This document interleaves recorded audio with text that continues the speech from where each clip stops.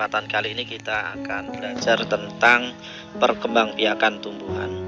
Tumbuhan adalah salah satu makhluk yang Allah ciptakan di muka bumi ini secara berpasang-pasangan.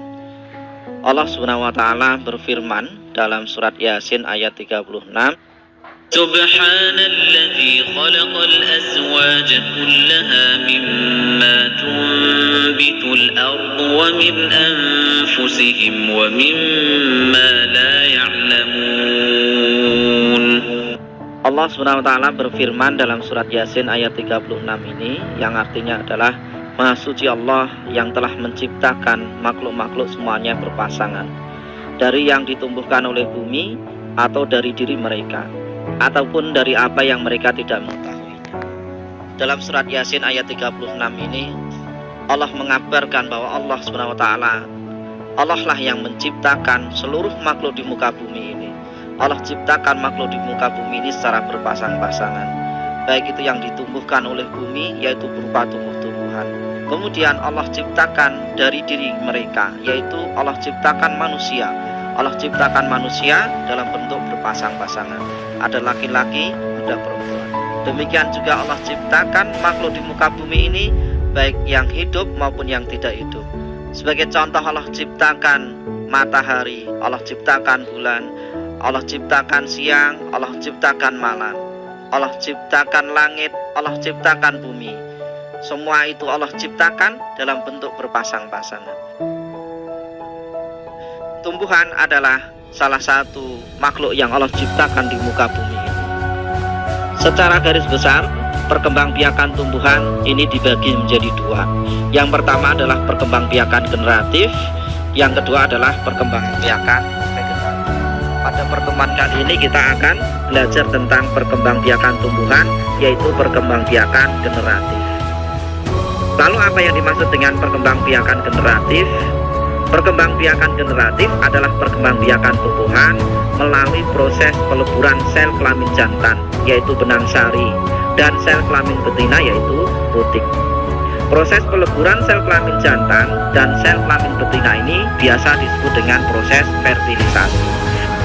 Jadi proses fertilisasi adalah proses meleburnya sel kelamin jantan, yaitu benang sari, dan sel kelamin betina, yaitu putik.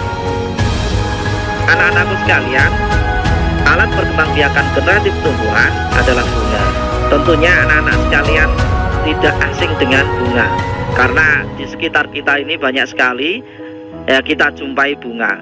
Ada bunga matahari, ada bunga melati, ada bunga mawar, ada bunga kelapa, ada bunga mangga, dan seterusnya. Bunga-bunga tersebut adalah merupakan alat perkembangbiakan generatif pada tumbuhan. Ya, selanjutnya kita akan mempelajari tentang bagian-bagian bunga.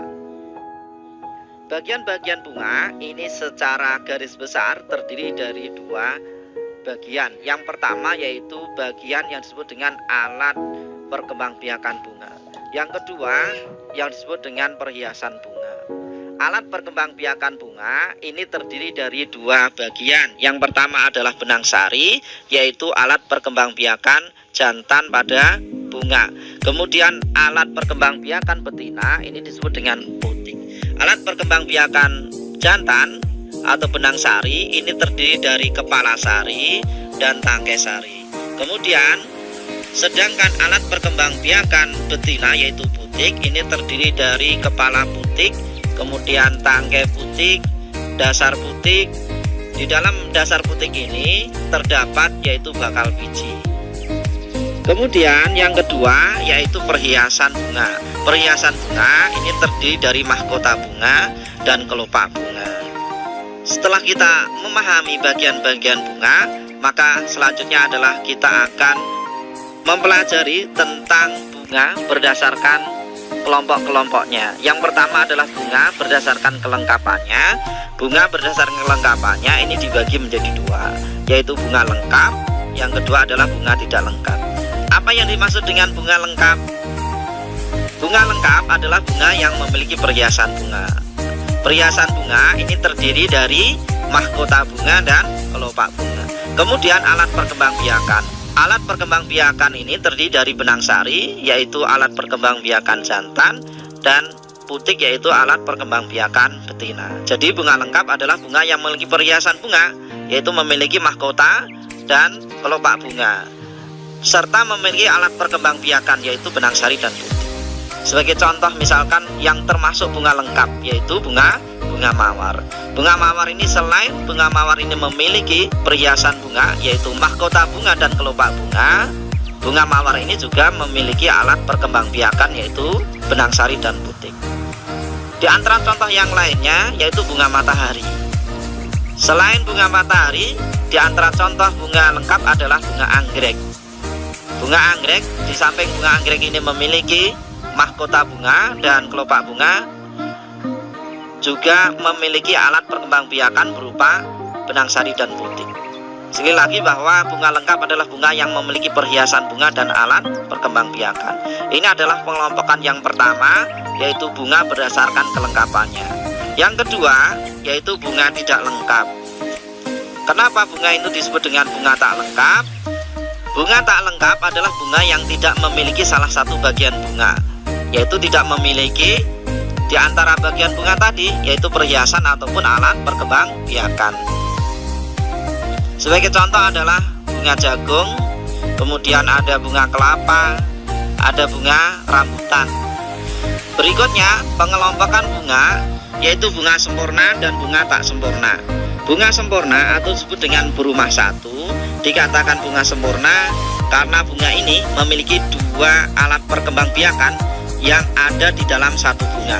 Jadi bunga sempurna atau bunga berumah satu adalah bunga yang memiliki alat perkembangbiakan dalam satu bunga. Sebagai contoh adalah bunga mawar, kemudian bunga matahari, dan bunga anggrek. Bunga mawar, bunga matahari, dan bunga anggrek di dalam satu bunga ini memiliki dua alat perkembangbiakan, yaitu benang sari dan putik. Kemudian yang kedua yaitu bunga tidak sempurna.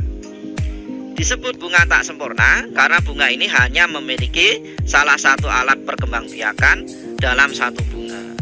Sebagai contoh misalkan adalah bunga labu.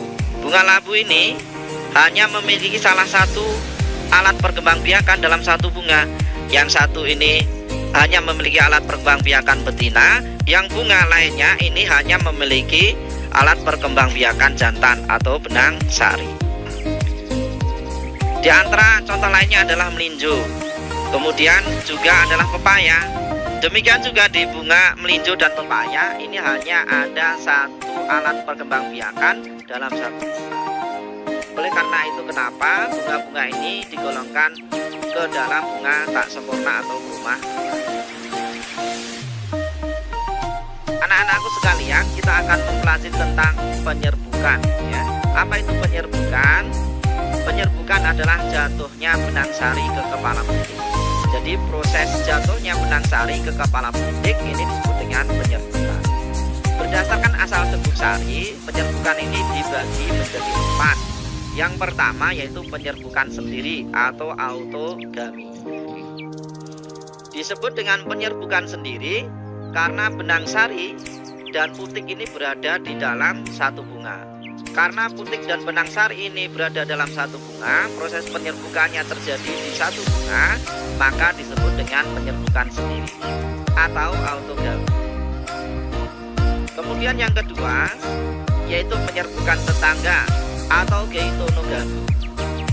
Disebut dengan penyerbukan tetangga karena serbuk sari yang menyerbuki kepala putik ini berasal dari bunga yang lain yang berbeda, tetapi masih dalam satu pohon. Jadi penyerbukan tetangga ini terjadi antara dua bunga yang berbeda tetapi masih dalam satu pohon. Kemudian yang ketiga yaitu penyerbukan silang atau sinogami.